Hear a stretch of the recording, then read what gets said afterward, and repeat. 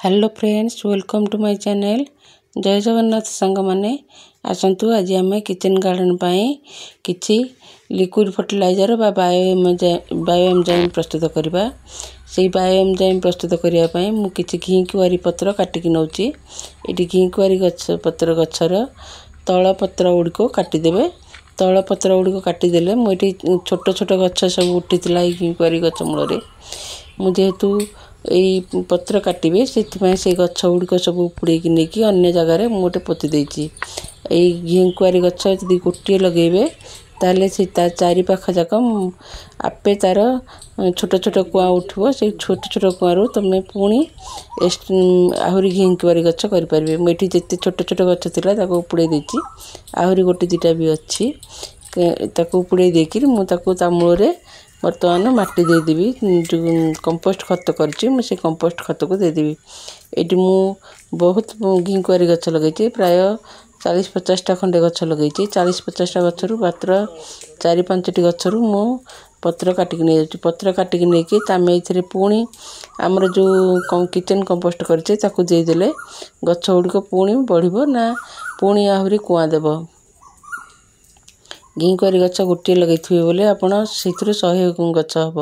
बर्तमान मु घी कुआरी पत्र को आनिकी ताको भल कर धोईदेवे। माटी लगे से ताको भल कर धोईकी गोटे भल छुरी भी नेबे। छुरी भी जो छुरी रे काटबे ताको परिष्कार करके काटबे। घी कुआरी पत्र को मुझे ग्राइंडिंग न करिकी छुरी रे काटिकी बायो एंजाइम प्रस्तुत करुँची। छुरी रे काटिला बेले पूरा छोट छोट करके पूरा टिक टिक करी काटिबे। कारण आमे बोतल रे याकू ए बायो एंजाइम प्रस्तुत करबा। बोतल मुहरे जिंदी ए छोट छोट खंड गुड़िक जीव सेमती छोट छोट करथिबे। से घी कुआरी को छोट छोट करथिबे। ता सहित आमे किछि गुड़ नबा आ पानी नबा। हमरे जो ठंडा बोतल आछी से माजा हो फांटा हो जे कोनोसी हो कोका कोला हो सब से जो 2 लीटर बोतल कि लीटर के बोतल आपण जति जिंस थिबो सेही अनुसार आपण बोतल नेबे आउ एटी जो घी कुआरी जो बायो एंजाइम प्रस्तुत करबा ता पई आमे 1 लीटर पानी नेले 300 ग्राम नबा घी कुआरी पत्र आउ 100 ग्राम नबा गुड़ नेले आमर एई बायो एंजाइम प्रस्तुत होबो। ता पई आपण यदि 2 लीटर बोतल आनथिबे ताले 2 लीटर बोतल रे आपण 300 ग्राम देबे घी कुआरी पत्र 1 लीटर पानी आउ 100 ग्राम गुड़ ताकू देकी आमे एटी प्रस्तुत करिया। किंतु मन रखिबे जतले बोतल गुड़िक काच बोतल रे करिवेनी कि हमर स्टील की करिवेनी। केवल प्लास्टिक बोतल रे गुड़िक भल हबो। प्लास्टिक बोतल हो प्लास्टिक डब्बा हो सेथिरे आमे करबा। कारण एटा गैस रे तयार हुए। गैस यदि अधिक हबो बोले फाटी जिवो। काच जिंस करले फाटी गले सेटा हम भाई समस्त भाई खराब। तनो काच रे करिवेनी कि स्टील रे करिवेनी। केवल प्लास्टिक बोतल रे करिवे। मेटी किछि गुड़ नै जाइछि। गुड़ को पानी रे बतुरे देछि। पानी रे किछि हम बतुरे देकी पानी करके मु इथरे दे देबी। एडी बोतल रे मु एठी घी कुआरी रखि देछि। बोतल रे घी कुआरी छोट छोट करी काटी के रखि देबे। एठी पानी रखरछि पानी की भी आपण से बोतल रे दे देबे। मन रखबे लीटर टे पानी 300 ग्राम घी कुआरी पत्र आउ 100 ग्राम गुड़ इथरे कम अधिक हेले भी चलिबो। किंतु ए केते क्वांटिटी देले गछ पई भलो ए बायो एंजाइम प्रस्तुत हो। ए बायो एंजाइम प्रस्तुत होबाकू हमको प्राय 3 मास समय लागिथाय।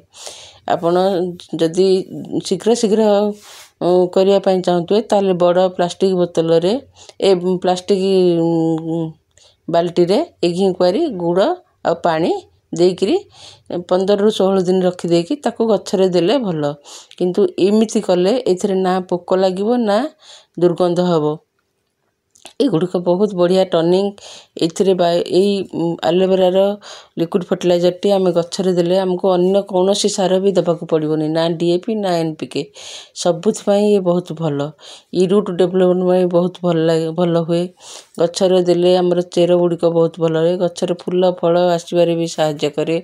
तेणु आमर ये गोटे लिक्विड फर्टिलाइजर जदि आम गछ पाई देबा ताले अन्य कौनसी भी लिक्विड फर्टिलाइजर देबा को पड़बनी किंतु एटी आम प्रस्तुत करदेले प्रस्तुत कर देकिरी आको आम छाई जगार रखिबा केबे हेले खरा जगार रखिबेनी आउ मझिरे मझिरे मझिरे मझिरे नहीं एई प्राय 15 ରୁ 20 दिन प्रत्येक दिन बोतल टिपिकी टिके खोलुथिबे आ खोलला बेले पूरा स्लो रे खोलिबे हठात खोल देले से गैस गुड़िक बाहरी जीवो तेणु पूरा स्लो रे खोलिकी आको 15 ରୁ 20 दिन आपण रखिदेबे 15-20 दिन पर आ खोलिबा दरकार नहीं से तार से आपे हे जीवो याकू प्रस्तुत होबा को 3 मास लागिवो ए जो घिकुआरी पत्र गुड़िक ऊपर भासुची से जितल देखिबे निका तले बसी जीवो ऊपर लिक्विड रहिबो सेतल जानिबे जे एटा प्रस्तुत हो गला सेतल आपण अन्य गोटे बोतल को ताकू छाणी देबे छाणी देकी 1 लीटर पानी रे 10 ml 1 लीटर पानी रे आपण 10 ml देकिरी याकू गछ मानकर स्प्रे करि परिबे जदि